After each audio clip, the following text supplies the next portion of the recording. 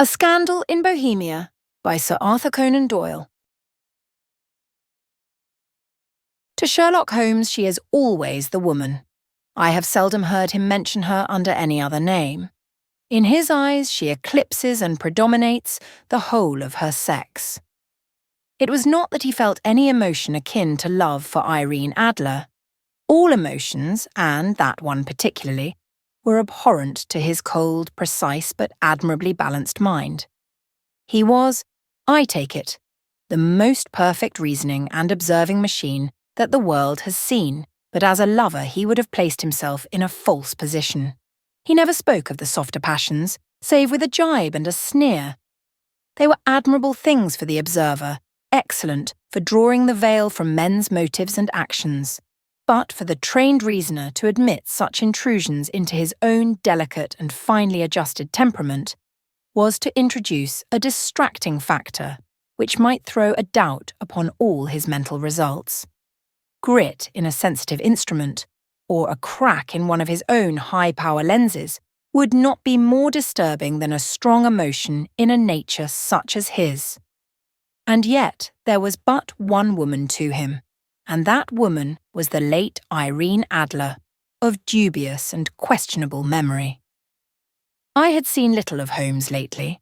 My marriage had drifted us away from each other, my own complete happiness, and the home-centred interests which rise up around the man who first finds himself master of his own establishment, were sufficient to absorb all my attention, while Holmes, who loathed every form of society with his whole Bohemian soul, remained in our lodgings in Baker Street, buried among his old books, and alternating from week to week between cocaine and ambition, the drowsiness of the drug, and the fierce energy of his own keen nature.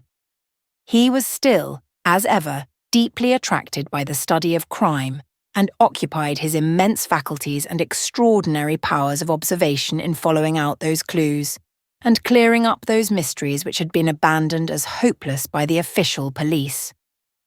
From time to time I heard some vague account of his doings, of his summons to Odessa in the case of the Trepoff murder, of his clearing up of the singular tragedy of the Atkinson brothers at Trincomalee, and finally of the mission which he had accomplished so delicately and successfully for the reigning family of Holland.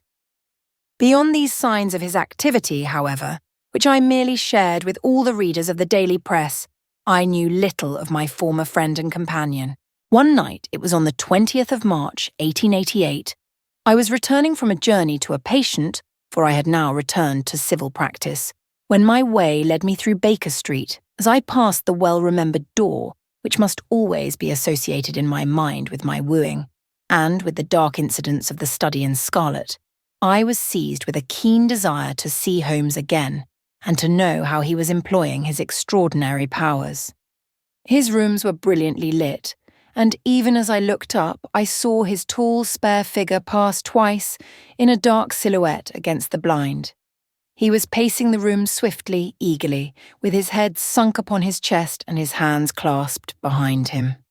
To me, who knew his every mood and habit, his attitude and manner told their own story. He was at work again. He had risen out of his drug-created dreams and was hot upon the scent of some new problem. I rang the bell and was shown up to the chamber which had formerly been in part my own.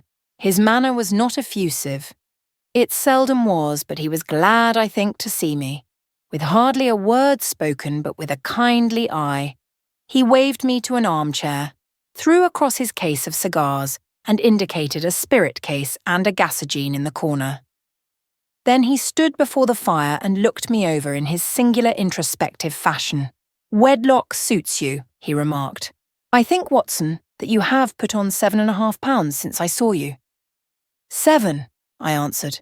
"Indeed, I should have thought a little more. Just a trifle more, I fancy, Watson.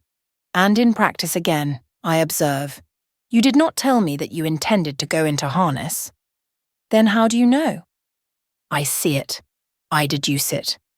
How do I know that you have been getting yourself very wet lately, and that you have a most clumsy and careless servant girl?" "My dear Holmes," said I, "this is too much. You would certainly have been burned had you lived a few centuries ago. It is true that I had a country walk on Thursday and came home in a dreadful mess. But as I have changed my clothes, I can't imagine how you deduce it. As to Mary Jane, she is incorrigible, and my wife has given her notice. But there again, I fail to see how you work it out. He chuckled to himself and rubbed his long, nervous hands together. It is simplicity itself, said he. My eyes tell me that on the inside of your left shoe, just where the firelight strikes it, the leather is scored by 6 almost parallel cuts. Obviously, they have been caused by someone who has very carelessly scraped round the edges of the sole in order to remove crusted mud from it. Hence, you see, my double deduction that you had been out in vile weather and that you had a particularly malignant boot-slitting specimen of the London slavey. As to your practice, if a gentleman walks into my room smelling of iodoform, with a black mark of nitrate of silver upon his right forefinger, and a bulge on the right side of his top hat to show where he has secreted his stethoscope, I must be dull indeed, if I do not pronounce him to be an active member of the medical profession. I could not help laughing at the ease with which he explained his process of deduction.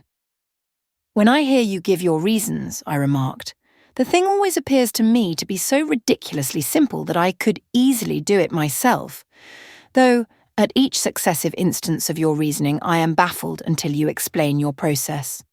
And yet, I believe that my eyes are as good as yours.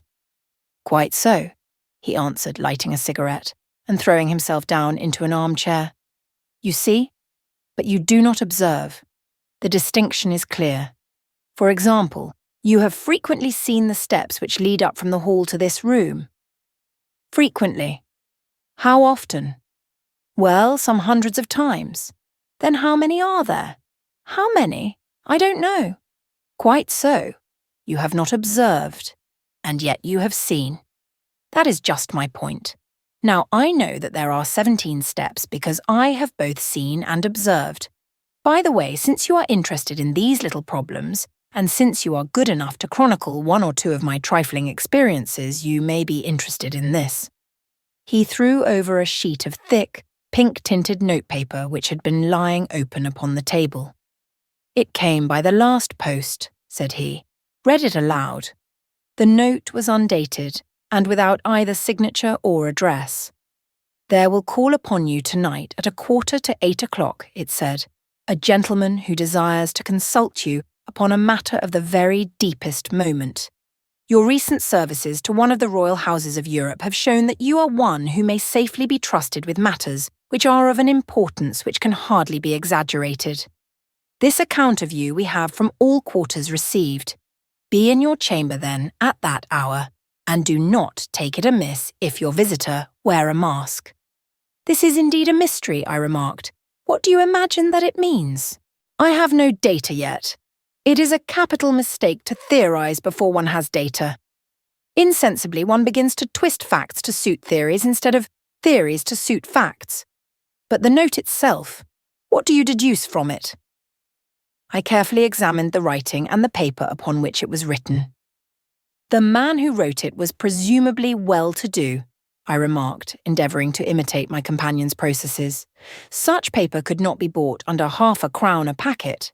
It is peculiarly strong and stiff. Peculiar? That is the very word, said Holmes. It is not an English paper at all. Hold it up to the light. I did so, and saw a large E with a small g, a P, and a large G with a small t woven into the texture of the paper. What do you make of that? Asked Holmes. The name of the maker, no doubt. Or his monogram, rather. Not at all. The G with the smaller stands for Gesellschaft, which is the German for company. It is a customary contraction like our company P, of course, stands for papier. Now for the egg. Let us glance at our Continental Gazetteer. He took down a heavy brown volume from his shelves. Eglo, Eglenitz, here we are, Egria. It is in a German-speaking country in Bohemia, not far from Carlsbad, remarkable as being the scene of the death of Wallenstein, and for its numerous glass factories and paper mills. Ha ha, my boy, what do you make of that? His eyes sparkled and he sent up a great blue triumphant cloud from his cigarette. "The paper was made in Bohemia," I said. "Precisely. And the man who wrote the note is a German. Do you note the peculiar construction of the sentence? 'This account of you we have from all quarters received.' A Frenchman or Russian could not have written that.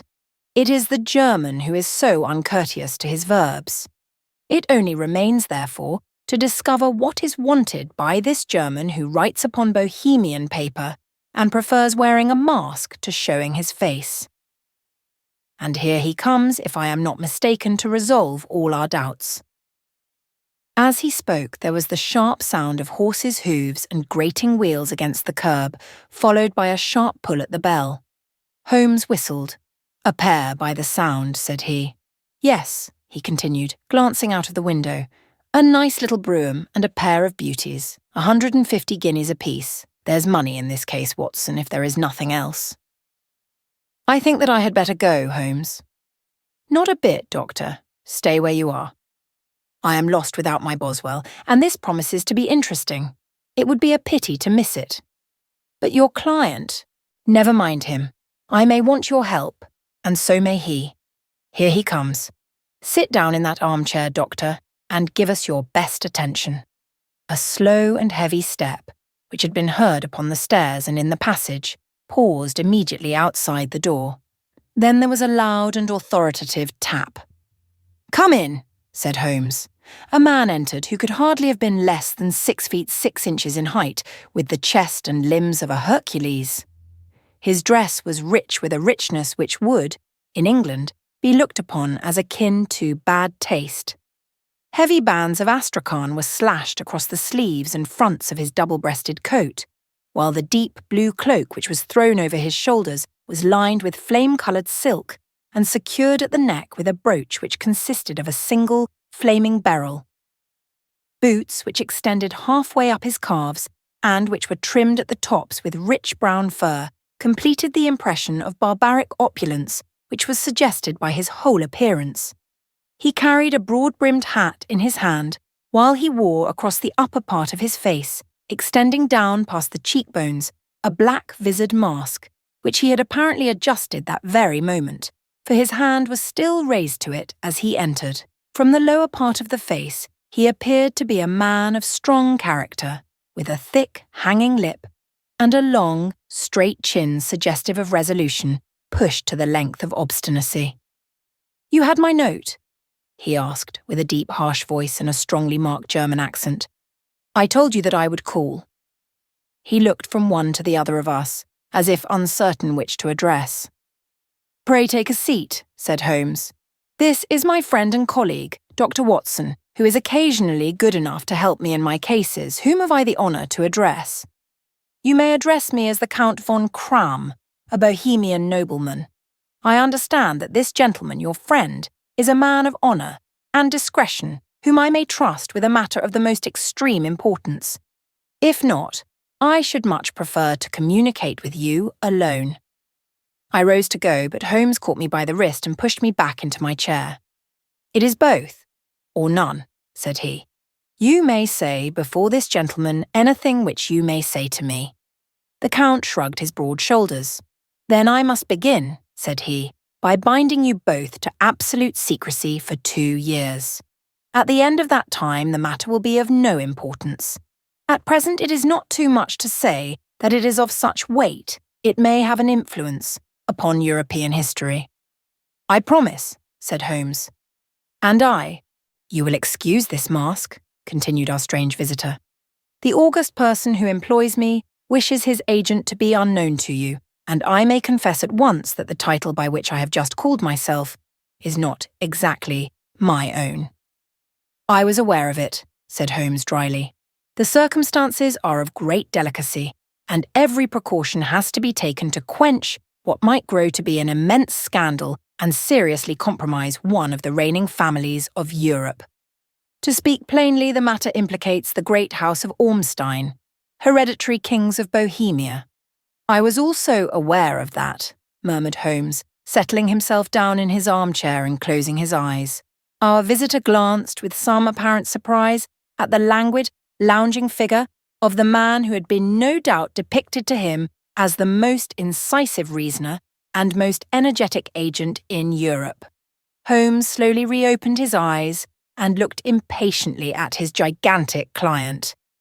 "If your Majesty would condescend to state your case," he remarked, "I should be better able to advise you." The man sprang from his chair and paced up and down the room in uncontrollable agitation. Then, with a gesture of desperation, he tore the mask from his face and hurled it upon the ground. "You are right," he cried. "I am the king. Why should I attempt to conceal it?" "Why indeed?" murmured Holmes.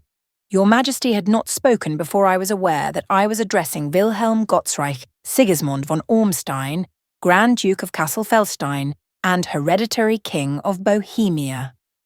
"But you can understand," said our strange visitor, sitting down once more and passing his hand over his high white forehead. "You can understand that I am not accustomed to doing such business in my own person. Yet the matter was so delicate that I could not confide it to an agent without putting myself in his power. I have come incognito from Prague for the purpose of consulting you." "Then pray consult," said Holmes, shutting his eyes once more. "The facts are briefly these. Some 5 years ago, during a lengthy visit to Warsaw, I made the acquaintance of the well-known adventuress, Irene Adler. The name is no doubt familiar to you." "Kindly look her up in my index, Doctor," murmured Holmes without opening his eyes. For many years he had adopted a system of docketing all paragraphs concerning men and things, so that it was difficult to name a subject or a person on which he could not at once furnish information. In this case, I found her biography sandwiched in between that of a Hebrew rabbi and that of a staff commander who had written a monograph upon the deep-sea fishes. "Let me see," said Holmes. Born in New Jersey in the year 1858. Contralto, La Scala, Prima donna Imperial Opera of Warsaw, yes. Retired from operatic stage, Living in London, quite so. Your Majesty, as I understand, became entangled with this young person, wrote her some compromising letters, and is now desirous of getting those letters back." "Precisely so, but how?" "Was there a secret marriage?" "None." "No legal papers or certificates?" "None." "Then I fail to follow your Majesty. If this young person should produce her letters for blackmailing or other purposes, how is she to prove their authenticity?" "There is the writing." "Pooh, forgery." "My private notepaper?" "Stolen." "My own seal?" "Imitated." "My photograph?"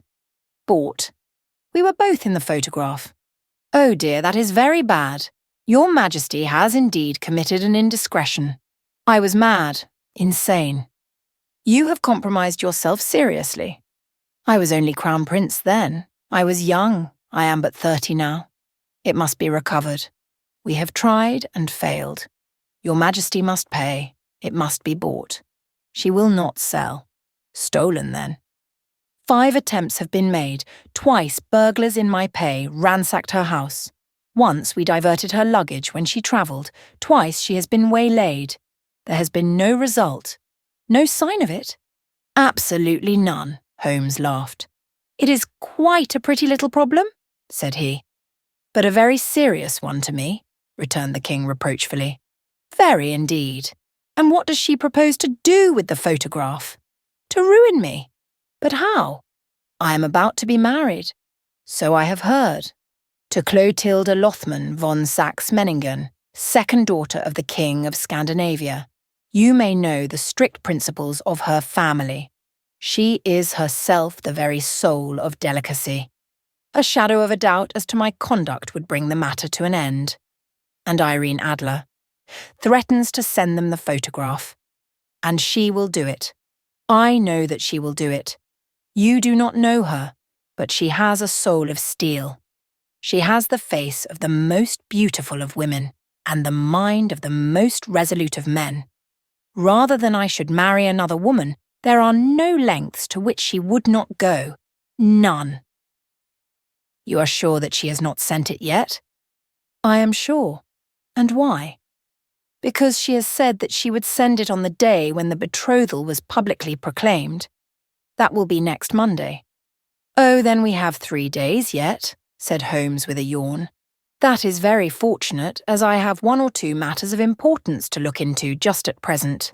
Your Majesty will, of course, stay in London for the present." "Certainly. You will find me at the Langham under the name of the Count von Kram." "Then I shall drop you a line to let you know how we progress." "Pray do so. I shall be all anxiety." "Then, as to money?" "You have carte blanche." "Absolutely. I tell you that I would give one of the provinces of my kingdom to have that photograph." "And for present expenses?" The king took a heavy chamois leather bag from under his cloak and laid it on the table. "There are £300 in gold and 700 in notes," he said. Holmes scribbled a receipt upon a sheet of his notebook and handed it to him. "And mademoiselle's address?" he asked. "Is Bryony Lodge, Serpentine Avenue, St. John's Wood." Holmes took a note of it. "One other question," said he. "Was the photograph a cabinet?" "It was." "Then, good night, Your Majesty, and I trust that we shall soon have some good news for you. And good night, Watson," he added, as the wheels of the royal brougham rolled down the street. "If you will be good enough to call tomorrow afternoon at 3 o'clock, I should like to chat this little matter over with you." At 3 o'clock precisely, I was at Baker Street, but Holmes had not yet returned.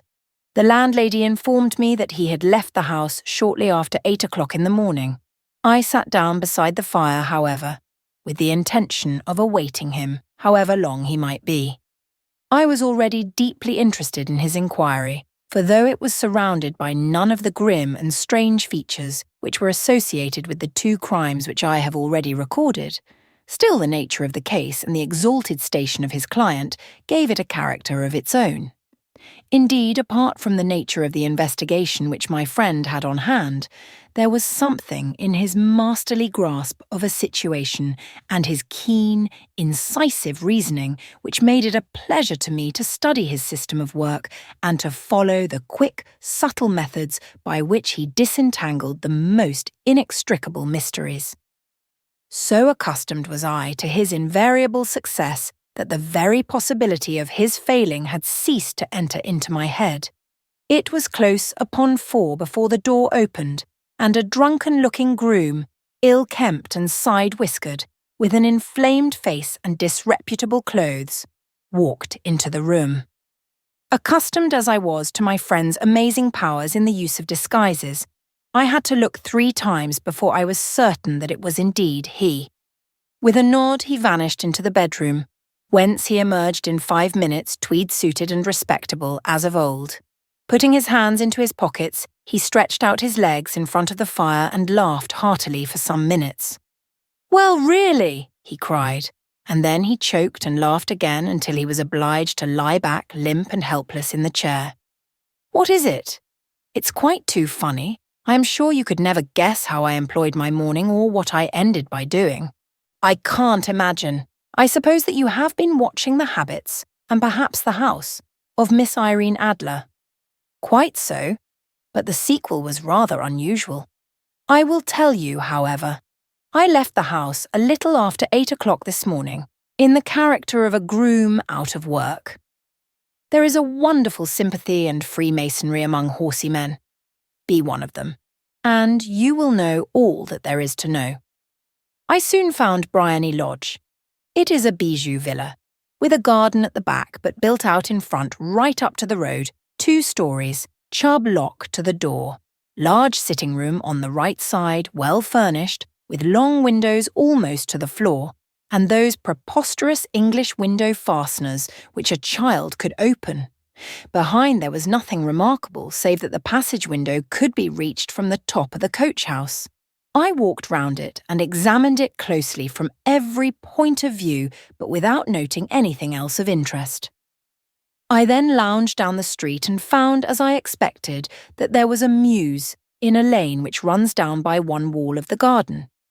I lent the ostlers a hand in rubbing down their horses and received in exchange 2pence, a glass of half and half, 2 fills of shag tobacco, and as much information as I could desire about Miss Adler, to say nothing of half a dozen other people in the neighbourhood in whom I was not in the least interested, but whose biographies I was compelled to listen to. "And what of Irene Adler?" I asked. "Oh, she has turned all the men's heads down in that part. She is the daintiest thing under a bonnet on this planet." So say the Serpentine Muse, to a man. She lives quietly, sings at concerts, drives out at 5 every day and returns at 7 sharp for dinner. Seldom goes out at other times except when she sings. Has only one male visitor, but a good deal of him. He is dark, handsome and dashing, never calls less than once a day and often twice. He is a Mr. Godfrey Norton, of the Inner Temple. See the advantages of a cabman as a confidant? They had driven him home a dozen times from Serpentine Mews, and knew all about him. When I had listened to all they had to tell, I began to walk up and down near Bryony Lodge once more, and to think over my plan of campaign. This Godfrey Norton was evidently an important factor in the matter. He was a lawyer.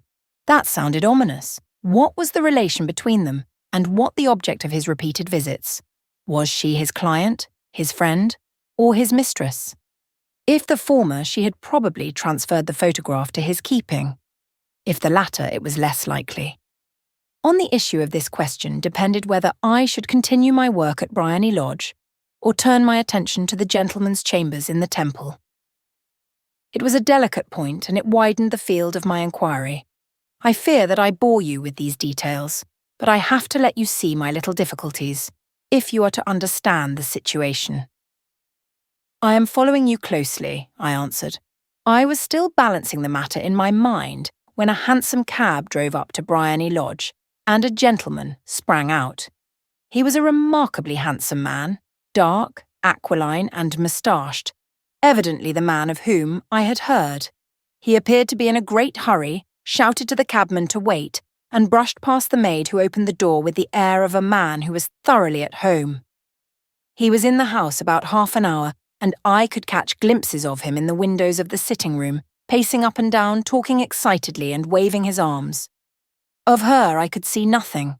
Presently he emerged, looking even more flurried than before. As he stepped up to the cab, he pulled a gold watch from his pocket and looked at it earnestly. "Drive like the devil," he shouted, "first to Gross and Hankey's in Regent Street, and then to the Church of St. Monica in the Edgware Road. Half a guinea if you do it in 20 minutes. Away they went, and I was just wondering whether I should not do well to follow them, when up the lane came a neat little landau, the coachman, with his coat only half buttoned, and his tie under his ear, while all the tags of his harness were sticking out of the buckles. It hadn't pulled up before she shot out of the hall door and into it. I only caught a glimpse of her at the moment, but she was a lovely woman, with a face that a man might die for. "The Church of St. Monica, John," she cried, "and half a sovereign if you reach it in 20 minutes. This was quite too good to lose, Watson. I was just balancing whether I should run for it, or whether I should perch behind her landau, when a cab came through the street. The driver looked twice at such a shabby fare, but I jumped in before he could object. "The Church of St. Monica," said I, "and half a sovereign if you reach it in 20 minutes. It was 25 minutes to 12, and of course it was clear enough what was in the wind. My cabby drove fast. I don't think I ever drove faster, but the others were there before us. The cab and the landau with their steaming horses were in front of the door when I arrived. I paid the man and hurried into the church. There was not a soul there save the two whom I had followed and a surpliced clergyman who seemed to be expostulating with them. They were all three standing in a knot in front of the altar. I lounged up the side aisle like any other idler who has dropped into a church. Suddenly, to my surprise, the three at the altar faced round to me, and Godfrey Norton came running as hard as he could towards me. "Thank God," he cried. "You'll do. Come, come." "What then?" I asked. "Come, man, come, only 3 minutes, or it won't be legal." I was half dragged up to the altar, and before I knew where I was, I found myself mumbling responses which were whispered in my ear and vouching for things of which I knew nothing, and generally assisting in the secure tying up of Irene Adler, spinster, to Godfrey Norton, bachelor. It was all done in an instant, and there was the gentleman thanking me on the one side and the lady on the other, while the clergyman beamed on me in front. It was the most preposterous position in which I ever found myself in my life, and it was the thought of it that started me laughing just now. It seems that there had been some informality about their licence, that the clergyman absolutely refused to marry them without a witness of some sort, and that my lucky appearance saved the bridegroom from having to sally out into the streets in search of a best man. The bride gave me a sovereign, and I mean to wear it on my watch chain in memory of the occasion. This is a very unexpected turn of affairs, said I. And what then? Well, I found my plans very seriously menaced. It looked as if the pair might take an immediate departure, and so necessitate very prompt and energetic measures on my part. At the church door, however, they separated, he driving back to the temple and she to her own house. I shall drive out in the park at 5 as usual, she said as she left him. I heard no more. They drove away in different directions, and I went off to make my own arrangements. Which are? Some cold beef and a glass of beer, he answered, ringing the bell. I have been too busy to think of food, and I am likely to be busier still this evening. By the way, Doctor, I shall want your cooperation. I shall be delighted. You don't mind breaking the law? Not in the least. Nor running a chance of arrest? Not in a good cause. Oh, the cause is excellent. Then I am your man. I was sure that I might rely on you. But what is it you wish? When Mrs. Turner has brought in the tray, I will make it clear to you. Now, he said as he turned hungrily on the simple fare that our landlady had provided, I must discuss it while I eat, for I have not much time.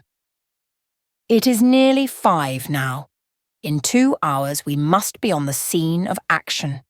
Miss Irene, or Madame rather, returns from her drive at 7. We must be at Briony Lodge to meet her. And what then? You must leave that to me. I have already arranged what is to occur. There is only one point on which I must insist. You must not interfere, come what may. You understand? I am to be neutral, to do nothing whatever. There will probably be some small unpleasantness. Do not join in it. It will end in my being conveyed into the house. 4 or 5 minutes afterwards, the sitting-room window will open.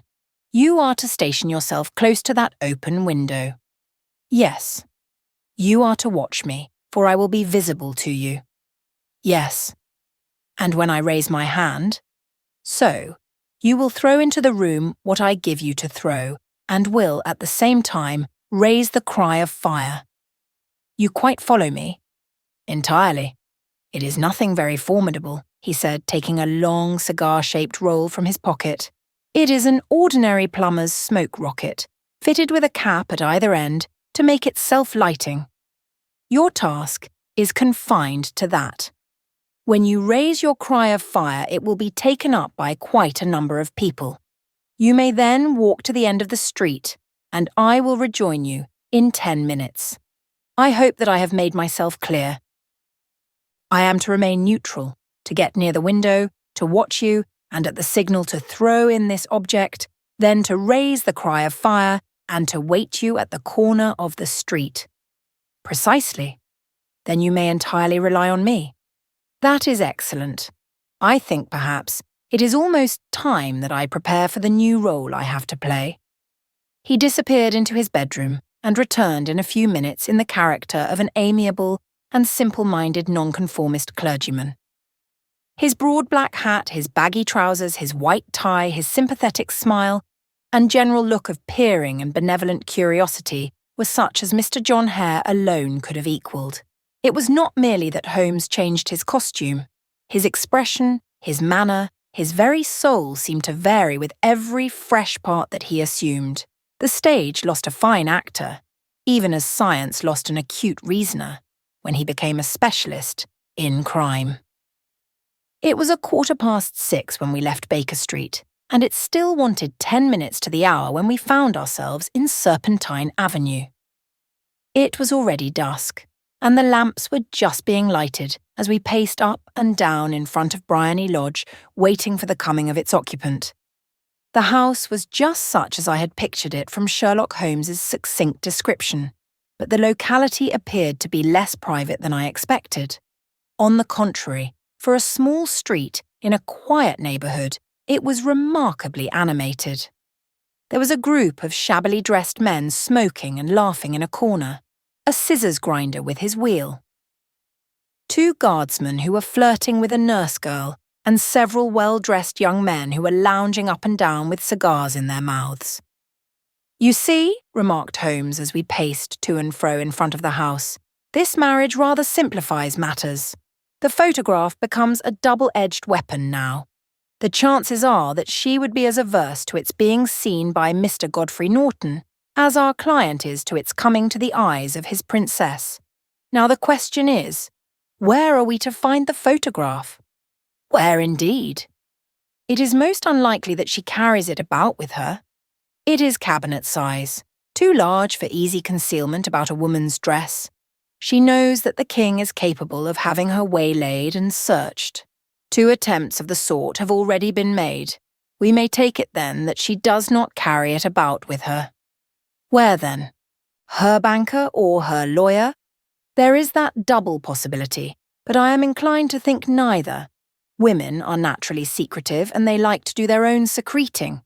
Why should she hand it over to anyone else? She could trust her own guardianship, but she could not tell what indirect or political influence might be brought to bear upon a businessman. Besides, remember that she had resolved to use it within a few days. It must be where she can lay her hands upon it. It must be in her own house. But it has twice been burgled. Pshaw, they did not know how to look. But how will you look? I will not look. What then? I will get her to show me. But she will refuse. She will not be able to, but I hear the rumble of wheels. It is her carriage. Now carry out my orders, to the letter." As he spoke, the gleam of the sidelights of a carriage came round the curve of the avenue. It was a smart little landau which rattled up to the door of Bryony Lodge. As it pulled up, one of the loafing men at the corner dashed forward to open the door in the hope of earning a copper, but was elbowed away by another loafer, who had rushed up with the same intention. A fierce quarrel broke out, which was increased by the 2 guardsmen, who took sides with one of the loungers, and by the scissors grinder, who was equally hot upon the other side. A blow was struck, and in an instant the lady, who had stepped from her carriage, was the centre of a little knot of flushed and struggling men who struck savagely at each other with their fists and sticks. Holmes dashed into the crowd to protect the lady, but just as he reached her, he gave a cry and dropped to the ground with the blood running freely down his face. At his fall, the guardsmen took to their heels in one direction and the loungers in the other, while a number of better-dressed people who had watched the scuffle without taking part in it crowded in to help the lady and to attend to the injured man. Irene Adler, as I will still call her, had hurried up the steps, but she stood at the top with her superb figure outlined against the lights of the hall looking back into the street. "Is the poor gentleman much hurt?" she asked. "He is dead," cried several voices. "No, no, there's life in him," shouted another, "but he'll be gone before you can get him to hospital." "He's a brave fellow," said a woman. "They would have had the lady's purse and watch if it hadn't been for him. They were a gang and a rough one too. Ah, he's breathing now." "He can't lie in the street. May we bring him in, ma'am?" "Surely. Bring him into the sitting room. There is a comfortable sofa. This way, please." Slowly and solemnly he was borne into Bryony Lodge and laid out in the principal room, while I still observed the proceedings from my post by the window. The lamps had been lit, but the blinds had not been drawn, so that I could see Holmes as he lay upon the couch.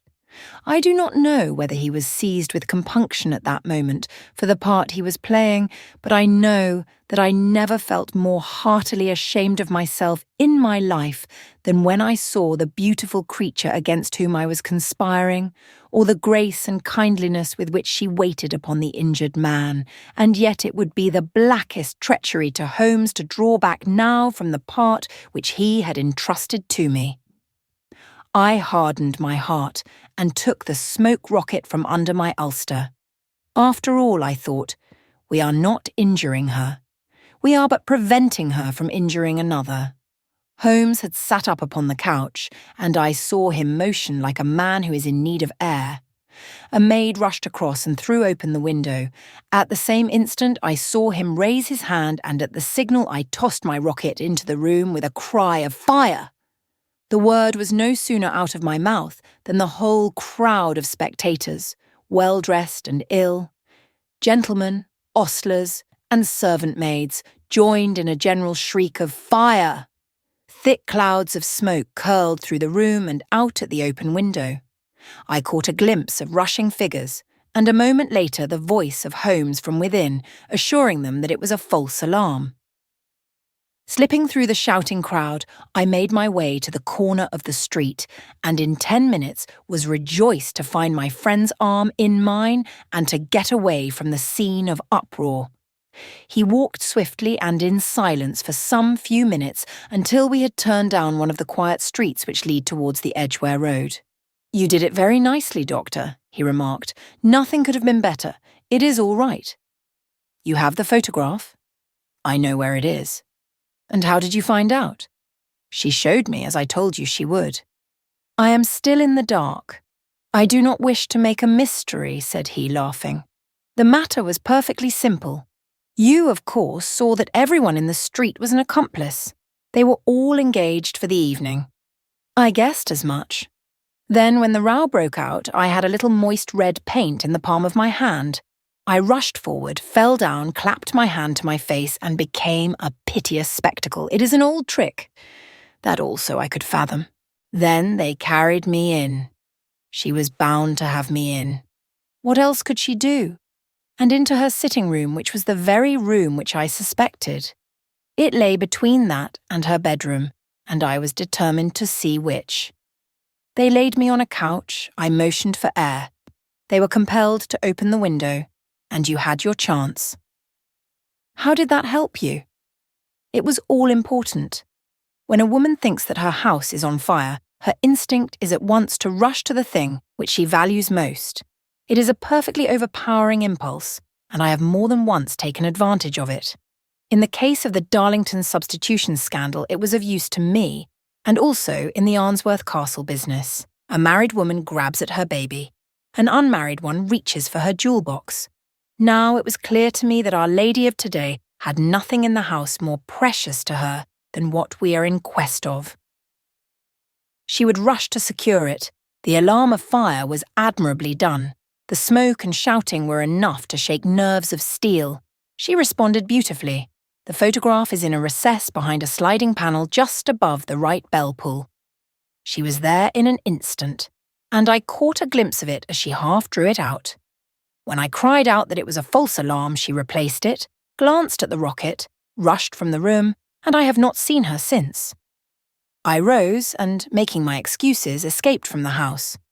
I hesitated whether to attempt to secure the photograph at once, but the coachman had come in, and as he was watching me narrowly, it seemed safer to wait.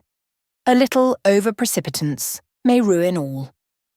"And now," I asked, "our quest is practically finished. I shall call with the king tomorrow and with you, if you care to come with us. We will be shown into the sitting room to wait for the lady, but it is probable that when she comes she may find neither us nor the photograph. It might be a satisfaction to His Majesty to regain it with his own hands." "And when will you call?" "At 8 in the morning. She will not be up, so that we shall have a clear field. Besides, we must be prompt, for this marriage may mean a complete change in her life and habits. I must wire to the king without delay." We had reached Baker Street and had stopped at the door. He was searching his pockets for the key when someone passing said, "Good night, Mr. Sherlock Holmes." There were several people on the pavement at the time, but the greeting appeared to come from a slim youth in an ulster who had hurried by. "I've heard that voice before," said Holmes, staring down the dimly lit street. "Now I wonder who the deuce that could have been." I slept at Baker Street that night, and we were engaged upon our toast and coffee in the morning when the King of Bohemia rushed into the room.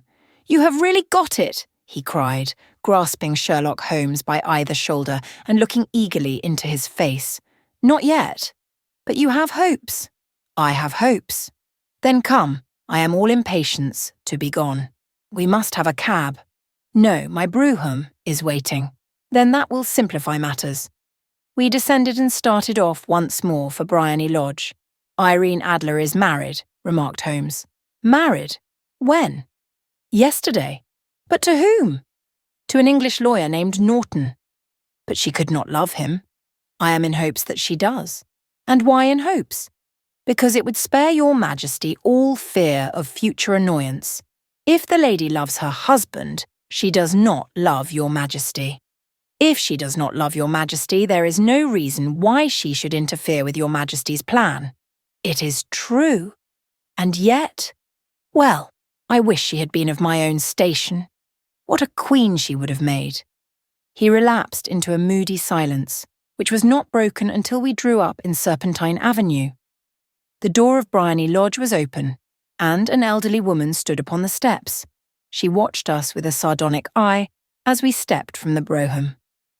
"Mr. Sherlock Holmes, I believe," said she. "I am Mr. Holmes," answered my companion, looking at her with a questioning and rather startled gaze. "Indeed. My mistress told me that you were likely to call. She left this morning with her husband by the 5:15 train from Charing Cross for the Continent." "What?" Sherlock Holmes staggered back, white with chagrin and surprise. "Do you mean that she has left England?" "Never to return." "And the papers?" asked the king hoarsely. "All is lost. We shall see." He pushed past the servant and rushed into the drawing-room. Followed by the king and myself, the furniture was scattered about in every direction, with dismantled shelves and open drawers, as if the lady had hurriedly ransacked them before her flight. Holmes rushed at the bell-pull, tore back a small sliding shutter, and, plunging in his hand, pulled out a photograph and a letter. The photograph was of Irene Adler herself in evening dress. The letter was superscribed to Sherlock Holmes, ESQ, to be left till called for.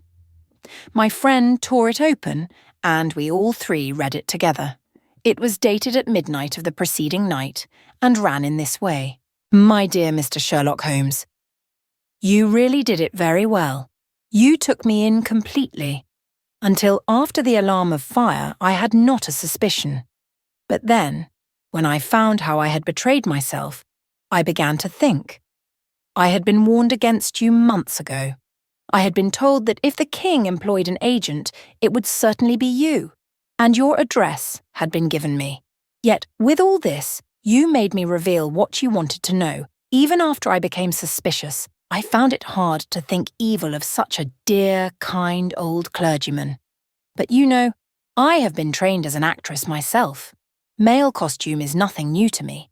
I often take advantage of the freedom which it gives. I sent John the coachman to watch you, ran upstairs, got into my walking clothes, as I call them, and came down just as you departed. Well, I followed you to your door, and so made sure that I was really an object of interest to the celebrated Mr. Sherlock Holmes. Then I, rather imprudently, wished you good night, and started for the Temple to see my husband. We both thought the best resource was flight, when pursued by so formidable an antagonist, so you will find the nest empty when you call tomorrow. As to the photograph, your client may rest in peace. I love and am loved by a better man than he. The king may do what he will without hindrance from one whom he has cruelly wronged. I keep it only to safeguard myself, and to preserve a weapon which will always secure me from any steps which he might take in the future. I leave a photograph which he might care to possess, And I remain, dear Mr. Sherlock Holmes, very truly yours, Irene Norton, née Adler. What a woman! Oh, what a woman! Cried the King of Bohemia, when we had all three read this epistle. Did I not tell you how quick and resolute she was? Would she not have made an admirable queen? Is it not a pity that she was not on my level? From what I have seen of the lady, she seems indeed to be on a very different level to your Majesty, said Holmes coldly. I am sorry that I have not been able to bring your Majesty's business to a more successful conclusion. On the contrary, my dear sir, cried the king, nothing could be more successful. I know that her word is inviolate. The photograph is now as safe as if it were in the fire. I am glad to hear your Majesty say so. I am immensely indebted to you. Pray tell me in what way I can reward you. This ring.